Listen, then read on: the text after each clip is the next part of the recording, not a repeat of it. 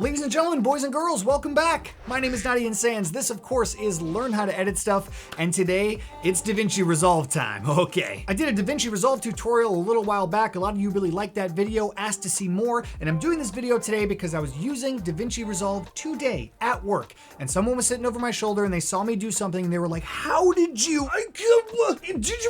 That's unbelievable. How did you do that? So I figured that'd be a good topic for today's video. What did I do that was so revolutionary? I literally just tracked a mask in a scene, and the tracking inside of DaVinci Resolve is absolutely unbelievable. It is unparalleled to anything else I've ever seen. It works really, really well, and it allows you to have a lot of control over what is inside that mask and doing selective color and doing a lot of other adjustments in your videos that you can't really do in any other software, at least that I've found so far. It is just all around great. So the clip that we're going to be working with today, if you want to download it yourself, it is in the video description below. So go and download that clip, download DaVinci Resolve because it's free, and open up DaVinci Resolve because we are getting started right now. All right, guys, I've got DaVinci Resolve open and we are starting right down over here in the media tab. The first thing we're gonna do is find the clip that you just downloaded in the video description below because you're smart. Let's find it. Navigate over here on the left to where the file is saved. And once you found the file, right click on that and go to add into media pool, and that will throw it into, you guessed it, the media pool. We're gonna move right down over here to the edit tab. We're gonna drag that clip onto our timeline, and that's all we're gonna do here.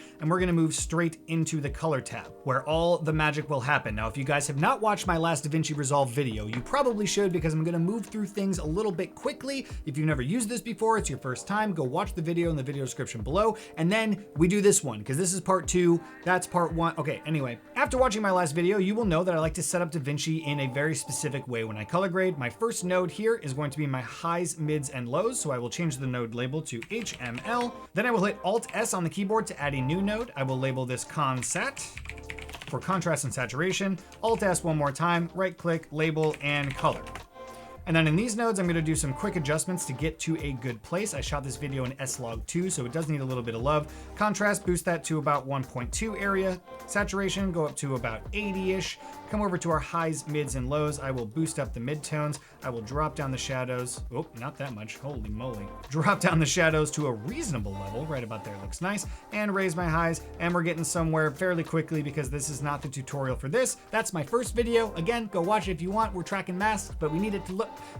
And on the color tab, we will just dip the midtones into the blues just slightly to make sure that white is looking white. Now, guys, what I want to do here, it's really crazy. I know it sounds like a crazy idea. I want to take this photo and I want to lighten it. I just want to lighten the picture. How do I do that? Well, first thing we're going to do is create a new node by hitting Alt-S on the keyboard, and then we're going to come right down here to our mask tab, and I'm going to go to this little pen tool, which is the power curve. I'm going to click on that guy, and I'm going to just draw a very simple square around this picture.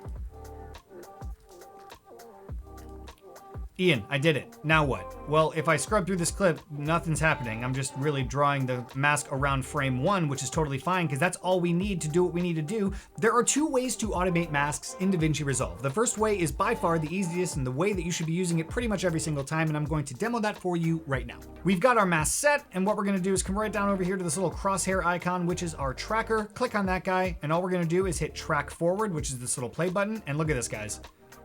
Holy moly, that is sick. It tracks so well, and that was in real time. I wasn't speeding it up, I wasn't doing anything. And now we have this nice mask tracked on that picture frame. And if we hit Shift H on the keyboard to highlight that node, you can see here how good of a job it actually did. Now, yes, you can come over here, you can see a little bit of the wall or whatever. We can come down over here to our mask. We can just soften it up a little bit on the outside, then soften it a little bit on the inside to get rid of the stuff on the wall, and you can clean it up however you want. But basically, I tracked that thing in like 2 seconds. It took no time at all.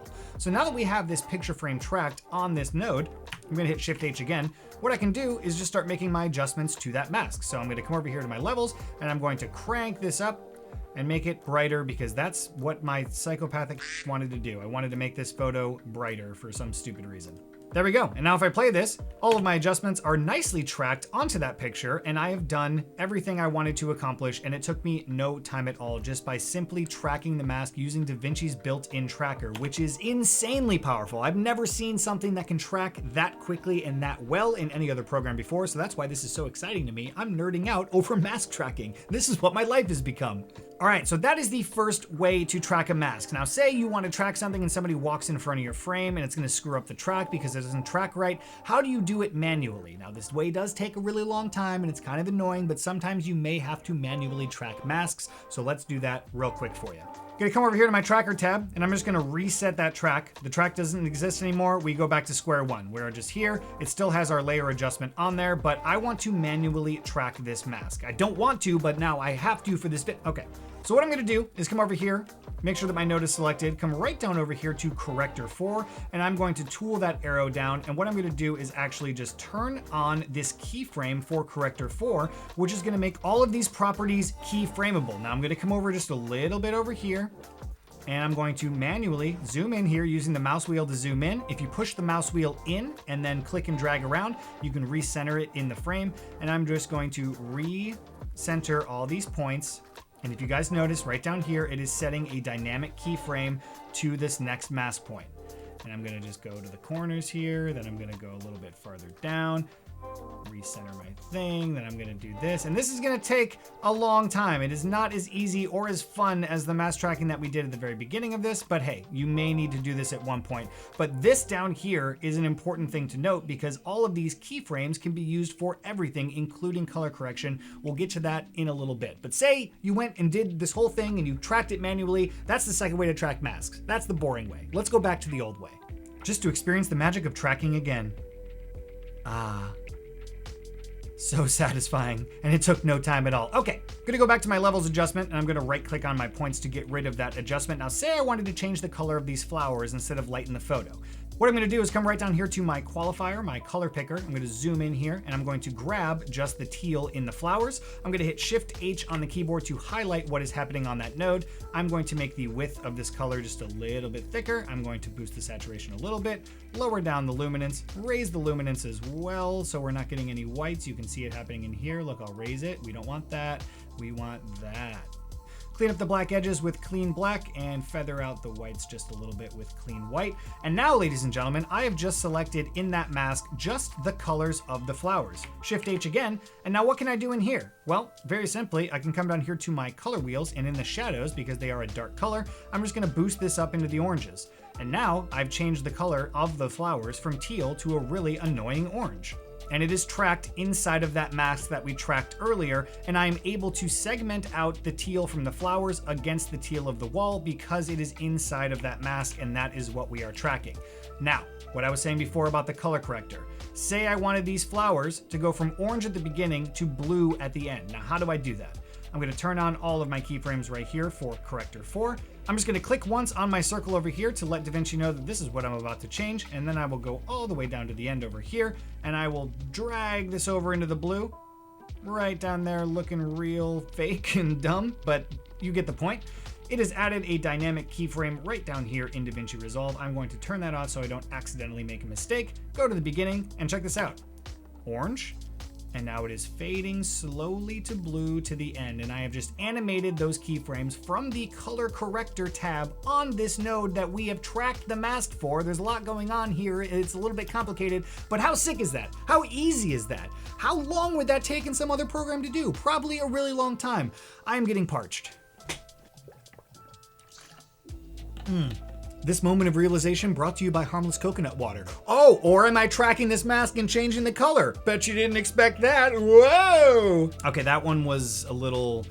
Oof. Okay, but all jokes aside, seriously, the tracking in DaVinci Resolve is absolutely out of control. If you ever hear somebody talking about color correction, especially in DaVinci, and they say, oh, we can just power window it or add a power window, that's what that is. It is a powerful window into your scene, and you can do this for a lot of different things. Not just this picture, you can track multiple things in the scene, you can lighten and darken things individually, even if the camera's moving, and it doesn't take very much time. So if you're new to DaVinci, if you don't know what this is, if this is the first time you're hearing about it, holy moly, you're gonna have a lot of fun with this because this program is absolutely bananas. So just to recap, because we always do, what we did was we did our initial color correction in DaVinci Resolve. Then we added a mask around the outside of that picture, and we were able to track it just with one single click. Now, if you can't do it with one click, you're gonna have to unfortunately do it manually. And all we're gonna do is enable keyframes on that node, and then we are going to go over a few frames at a time and adjust the mask accordingly, and that will manually track the mask. But that's not the fun way. The one-click track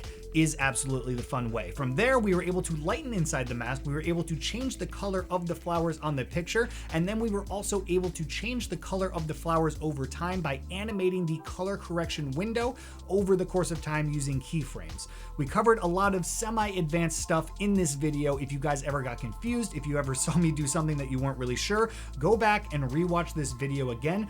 I am very excited to continue to teach you about DaVinci Resolve in the future because it is one of my favorite programs to color correct in. I still have yet to edit a full project in DaVinci Resolve. You can edit inside of it. I've heard it's amazing. I'm just a little bit afraid to switch off of the Adobe stuff because of how well it just works for me. But whenever I have the time, I 100% color grade in DaVinci Resolve whenever I possibly can. Thank you guys so much for watching this video. I truly hope you learned something new and exciting in DaVinci Resolve today, and you are going to continue to use it and continue to come to me and ask questions if you have any questions. That was a weird way to put it, but we're gonna keep going anyway. If you haven't already, please subscribe to the channel and also check out the last video that you missed. We do them here weekly at Learn How to Edit Stuff. If you wanna reach out about something specific, drop a comment in the comment section below or follow me on social at NaughtyandSands to shout out at me. Subscribe, check out the last video you missed, and I will see you next time.